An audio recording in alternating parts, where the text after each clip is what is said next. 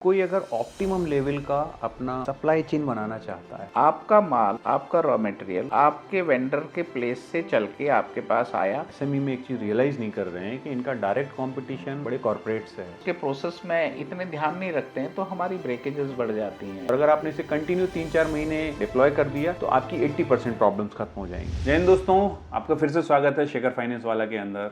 इस एपिसोड में हम लोग बहुत इंपॉर्टेंट कंपोनेंट पे बात करेंगे, that is shipping and logistic और सप्लाई चेन। और ये कैसे आपके बिजनेस में बहुत क्रिटिकल रोल प्ले करते हैं। तो सीधे मुद्दे पे आते हैं। हेमेंद्र सर, ये जो चीज़ है ना, इस पर्टिकुलर हिस्से में ज़्यादातर एसएमईज कहाँ पर मैशअप कर देते हैं पूरा। सबसे पहले तो समझना है आपको कि ये सप्लाई चेन है क्या। हाँ, इससे शुरू करते हैं। व्हाट इज़, ठीक है, सप्लाई चेन लॉजिस्टिक्स ये है क्या। सप्लाई चेन और लॉजिस्टिक्स को बनाओ तो थोड़े थोड़े सिनोनियम्स हैं।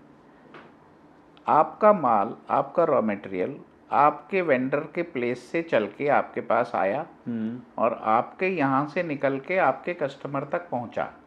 ये जितना मूवमेंट है, ये रॉ मटेरियल परचेज हो रहा है, वेंडर के यहाँ से निकल रहा है, आपके यहाँ आ रहा है, ये पूरी जो चेन है ना, इसे हम सप्लाई चेन बोलते हैं। करेक्ट। ये क्यों इम्पॉर्टेंट है? ये इसलिए इम्पॉर्टेंट है कि कई बार जो ट्रांसपोर्टेशन का टाइम है ना, क्योंकि आपने एक चीज़ इतने एपिसोड करने के बाद एक जो चीज़ आप समझ गए होंगे कि जी मेरा प्रोडक्शन साइकिल में जितना ज़्यादा समय लग रहा है वो मेरे लिए हैम्परिंग है। करेक्ट। क्योंकि मेरी वर्किंग कैपिटल में इन्वेस्टमेंट बढ़ती है उससे। हाँ। तो अगर आप देखेंगे कि सप्लाई चेन में मेरा टाइम लग रहा है, वेंडर के यहाँ से मेरे यहाँ माल पहुँचने में 15 दिन लग जाते हैं, और इसी प्रकार से मेरे यहाँ से जब कस्टमर के पास माल पहुँचता है तो उसमें 15 दिन लग जाते हैं। तो ये एक बहुत बड़ा कंपोनेंट है आपकी वर्किंग कैपिटल साइकिल का।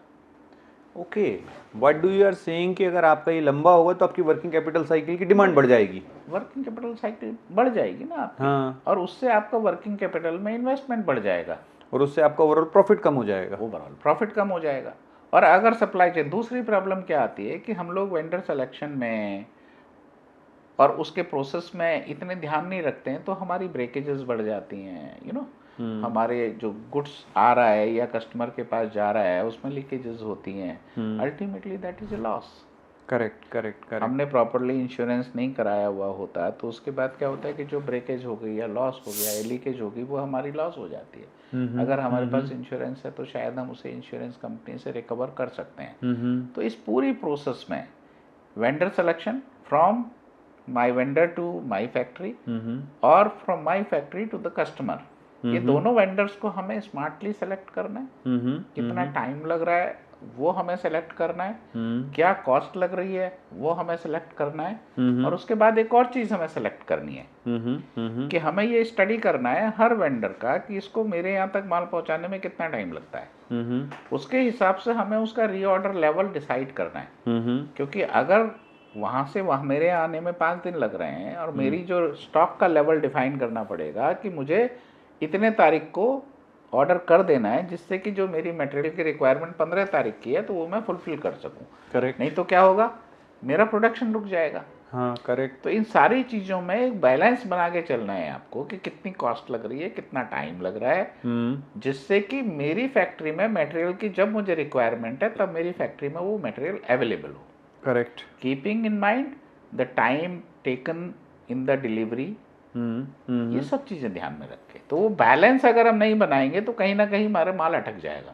Correct. Just in time approach का मतलब ये नहीं है कि मैं कम खरीदूं या लेट खरीदूं।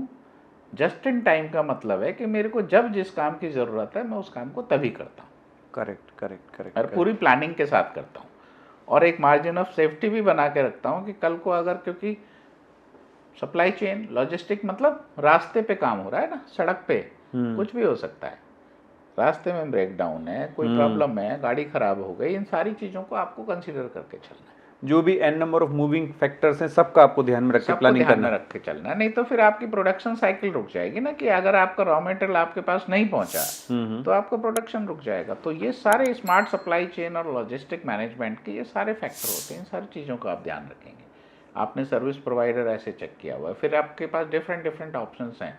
रोड ट्रांसपोर्ट है, ट्रेन भी आजकल लॉजिस्टिक सप्लाई में इन्वॉल्व होती है। तो ये सब चीज़ों को आपको देखना है। ट्रेन में कई बार टाइमिंग का फ़ायदा हो जाता है कि अगर मान लीजिए दिल्ली से आप कोई गुड्स बेंगलुरु भेज रहे हैं तो उसमें आपको 7 से 8 दिन लगेंगे अगर आप सरफेस ट्रांसपोर्ट को यूज़ करते हैं। लेकिन ऑन द कॉन्ट्रेरी अगर वही आप ट्रेन कुरियर से करते हैं तो ट्रेन तो यहाँ से 36 घंटे में बेंगलुरु पहुँच जाती है ना। तो अगर आपके एंड टू एंड आपका सर्विस प्रोवाइडर आपको बोथ हैंड पे सर्विसेज प्रोवाइड कर रहा है तो आपका माल 48 घंटे में डेस्टिनेशन पे पहुँच जाएगा। Great great great. तो ये इनोवेशन आपको करने हैं। ये आप तभी कर पाएंगे जब आपको उस चेन की पूरी नॉलेज होगी, कहाँ से क्या। फिर उसके साथ आपको स्टडी करने का पॉइंट क्या रह जाता है कि जैसे मैंने बताया कि आपको रीऑर्डर लेवल डिसाइड करना है फॉर ईच मटेरियल। आपको पता होना चाहिए कि इस महीने की जो रिक्वायरमेंट है उसका ऑर्डर कब होगा। ये अगर मुझे 5 तारीख को चाहिए तो इसका रीऑर्डर लेवल उसी हिसाब से होना चाहिए कि अगर इसे 7 दिन लगते हैं तो 25 तारीख को मेरे को ऑर्डर करना है जिससे कि वो मेरे को टाइम पे मटेरियल अवेलेबल हो जाए। इसका इम्पैक्ट क्या है कि आपकी working capital cycle optimum size पे रहेगी, आपकी प्रोडक्शन साइकिल हैम्पर नहीं करेगी और उससे आपकी कॉस्ट में सेविंग होगी। एक सर क्वेश्चन मेरा ये है कि कोई अगर ऑप्टिमम लेवल का अपना सप्लाई चेन बनाना चाहता है तो उसके लिए प्रोसेस क्या होनी चाहिए आइडियल? उसको वही सबसे पहले तो उसको ना अपनी प्रोडक्शन साइकिल को स्टडी करना है कि एक्स मटेरियल यूनिट आपकी बन रही है, ऑप्टिमम बैच साइज आपका क्या है जिसमें कि आपकी कॉस्टिंग सबसे लिमिटेड है। उसमें आपको ये देखना है कि इसमें एक्स मटेरियल 1 तारीख को डलता है, वाई मटेरियल 3 तारीख को डलता है, जेड मटेरियल 10 तारीख को पड़ता है, उससे मेरी 20 तारीख को आउटपुट निकलती है। इस प्रोसेस को मतलब ये एक एग्जाम्पल है, ये कुछ भी हो सकता है, 2 घंटे भी हो सकता है, 5 घंटे भी हो सकता है ये, लेकिन आपको प्रोसेस पता होना चाहिए आपको कि आपकी रिक्वायरमेंट इस मटेरियल की कितनी क्वांटिटी में कब पड़ने वाली है और उसके हिसाब से एक रिस्क को एनालाइज करते हुए आपको अपना एक ऑर्डर लेवल और ऑर्डर क्वांटिटी मतलब ऑर्डर की टाइमिंग और ऑर्डर की क्वांटिटी दोनों डिसाइड करनी है कि मैं एक बार में कितना ऑर्डर करता हूँ और कब करता हूँ जिससे कि मेरी मंथली साइकिल में मेरा मटेरियल टाइम पे पहुंच जाए। 1-2 दिन का आप सेफ्टी मार्जिन ऑफ सेफ्टी रख लीजिए। तो इसका ऑप्टिमम बनाने का सिर्फ और सिर्फ एक ही तरीका है कि आपको अपनी प्रोडक्शन साइकिल की नॉलेज होनी चाहिए। आपको हर बंदे का लीड टाइम पता होना चाहिए। कई बार होता है ना, कोई व्यक्ति कहता है कि आपका ऑर्डर जब आएगा मेरे पास तो मुझे 48 घंटे लगेंगे आपका मटेरियल तैयार करने में, तो मैं 48 घंटे में आपको निकाल डिस्पैच कर दूंगा। तो वो 48 घंटे आपका लीड टाइम है उसका, वो इतना टाइम लेता है। फिर उसके बाद मुझे पता है कि उसकी फैक्ट्री से मेरे यहाँ आने में 4 दिन लगते हैं।